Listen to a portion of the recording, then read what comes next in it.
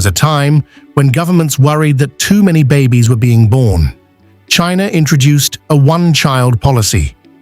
Experts warned about overpopulation. Schools were crowded. Cities were expanding. The question seemed obvious. How would the world feed so many people? But now, something strange is happening. Across some of the richest countries on Earth, governments are facing the opposite problem. Not enough babies are being born, so governments are offering money, cash payments, tax breaks, housing support, childcare subsidies, longer parental leave, free fertility treatment, monthly allowances, baby bonuses. The message is simple: please have children. But here is the uncomfortable part. In many countries, it still does not work. And that raises a deeper question.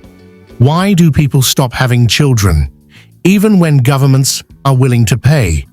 This matters to Jamaica, because the same forces now reshaping Japan, South Korea, Italy, and much of Europe are reaching the Caribbean. In our previous video, we examined why Jamaica's population is beginning to shrink. The comments section became a digital town hall. Some viewers blamed the cost of living. Some blamed crime. Some blamed moral decline. Some said people no longer trust the future. One viewer wrote that they would have another child or two if they could afford it. That comment may be closer to the truth than many governments realize.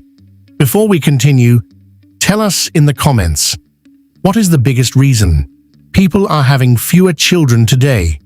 Is it money, housing, relationships, career pressure, crime, a loss of hope, or something else?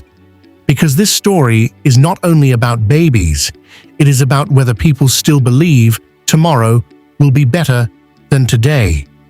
The numbers are changing faster than governments expected. Across the countries of the Organization for Economic Cooperation and Development, the OECD, the average fertility rate fell from 3.3 children per woman in 1960 to just 1.5 in 2022. A population generally needs approximately 2.1 children per woman to replace itself over time without relying on migration. The OECD also found that women are having children later in life. The average age at childbirth increased from 28.6 years in 2000 to 30.9 years in 2022. And here is another revealing number. In OECD countries, approximately 1 in 2 adults aged 20 to 29 was still living with their parents in 2022. That does not mean young people are lazy. It often means rent is too high. Housing is out of reach. Jobs feel unstable. Wages are not stretching far enough. And the traditional journey into adulthood has become more difficult. First, people delay moving out. Then, they delay marriage or long-term relationships. Then, they delay children. And sometimes, the delay becomes permanent. The hidden mechanism. It is not only about money. Governments often see falling birth rates as a financial problem. So, they reach for the easiest tool they understand: money. But a baby bonus is not the same thing as a secure future. A one-time check may help with nappies, a crib, or medical bills. It may be useful. But a child is not a one-time expense. A child is a 20-year commitment. People think about rent, food, school fees, healthcare, childcare, transportation, safety, time, emotional support, the stability of their relationship, the possibility of losing their job, the future of the country. This is why the United Nations Population Fund framed the issue differently in its 2025 report. It argued that the real crisis is not simply that people do not want children. The real crisis is that many people cannot have the families they want. In a survey across 14 countries, nearly 20% of adults of reproductive age believed they would be unable to have the number of children they desired. And the biggest barrier was not selfishness, it was money.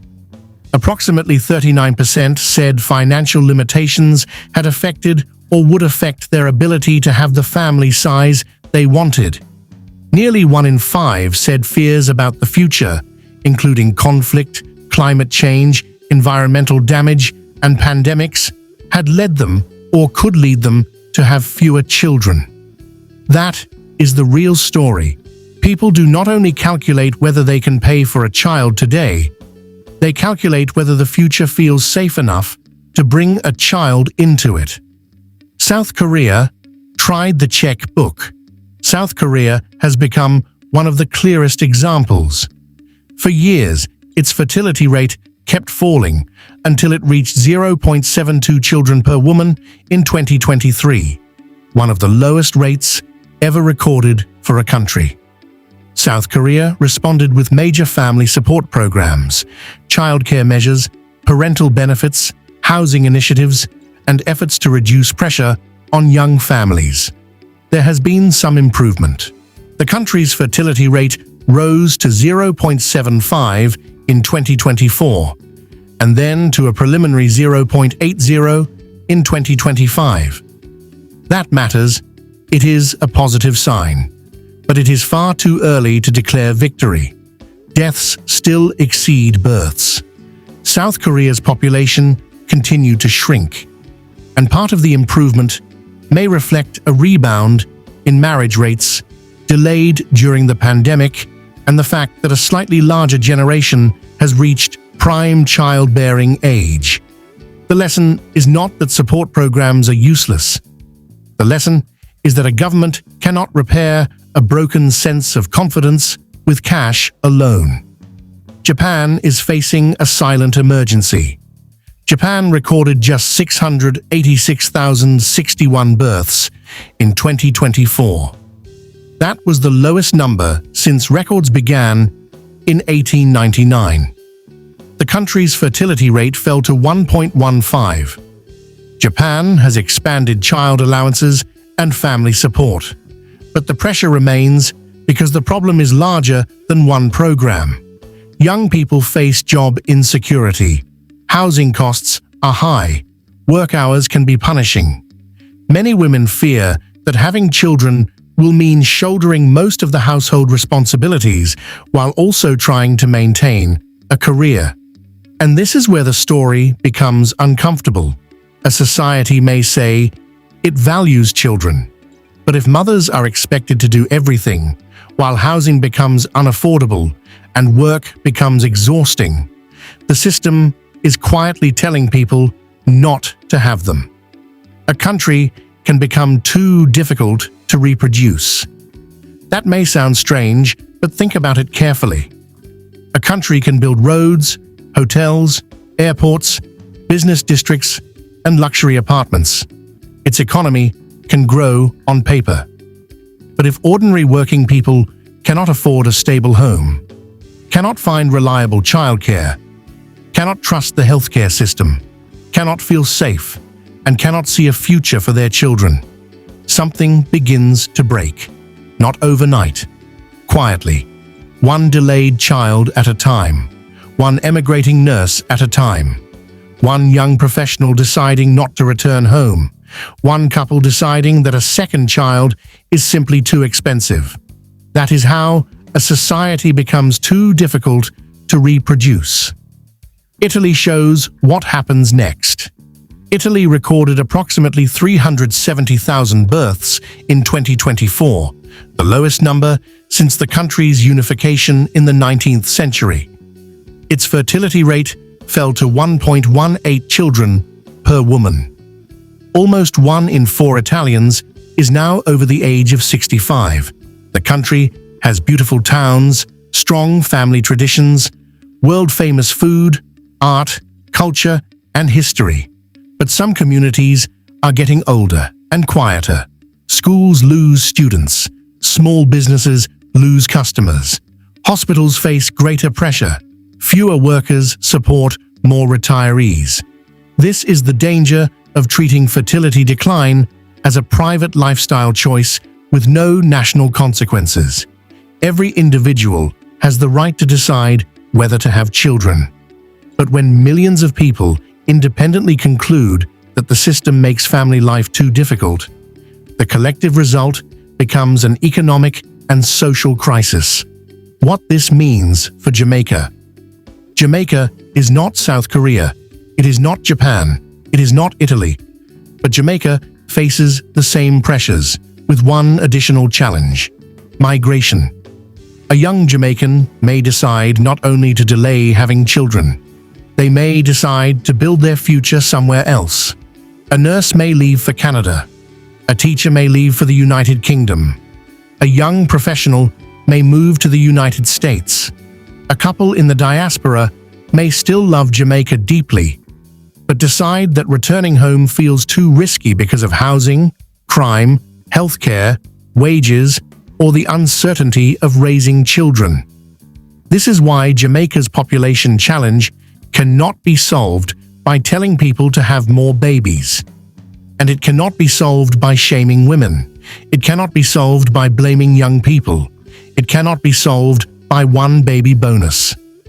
Jamaica must ask a larger question. What would make people feel confident enough to build a life here? That means affordable housing, better wages, reliable childcare, safer communities, a stronger healthcare system, supportive workplaces, greater respect for nurses, teachers, and other essential workers, and relationships in which men and women share the responsibility of raising children. The OECD found that fertility tends to be stronger when women can combine work and family life on a more equal footing with men. That matters, because the solution is not to force women backwards. The solution is to build a society where people can move forward without feeling that having a child will destroy their financial security, career, health, or peace of mind. The real choice. Governments cannot manufacture hope, but they can create conditions in which hope becomes reasonable. A baby bonus may help. Tax relief may help. Childcare support may help. Housing support may help. But the check is not the foundation. The foundation is trust. Trust that a job will still exist next year. Trust that rent will not swallow the entire salary. Trust that a child can receive decent health care. Trust that a mother will not be punished at work for starting a family. Trust that a father can play an active role at home without being treated as an exception. Trust that the country is planning beyond the next election. People do not only have children because they can afford the first year. They have children because they believe in the next 20 years. Bonus facts. Fact 1. The OECD found that approximately 1 in 4 women born in 1975 in Italy and Spain remained permanently childless. In Japan, the figure was even higher, approximately 28%. Fact 2. South Korea's fertility rate improved for a second consecutive year in 2025, but deaths still exceeded births by more than 100,000. A better year does not automatically reverse decades of decline. Fact 3. The United Nations Population Fund found that nearly 1 in 4 people surveyed had felt unable to have a child at the time they preferred. Timing matters because delaying parenthood can gradually reduce the possibility of having the desired number of children. Fact 4. The OECD recommends that countries do 2 things at once: support families who want children while also preparing for a lower fertility future through immigration, longer working lives, higher productivity, and stronger participation in the workforce. Population decline is not only about numbers, it is about confidence. It is about whether people believe the future is safe enough, fair enough, and hopeful enough to bring children into it. Jamaica cannot order people to stay. It cannot pressure people to return. And it cannot buy its way out of the problem with one check. but it can build a country where staying, returning, and raising a family begin to feel possible again. Tell us in the comments, what is the single most important change Jamaica must make if it wants more people to stay, return home, and raise families? Subscribe to Impacting Jamaica, share this video with someone at home or in the diaspora, and join the digital town hall. Because this conversation is not only about the next generation, it is about whether the next generation will be there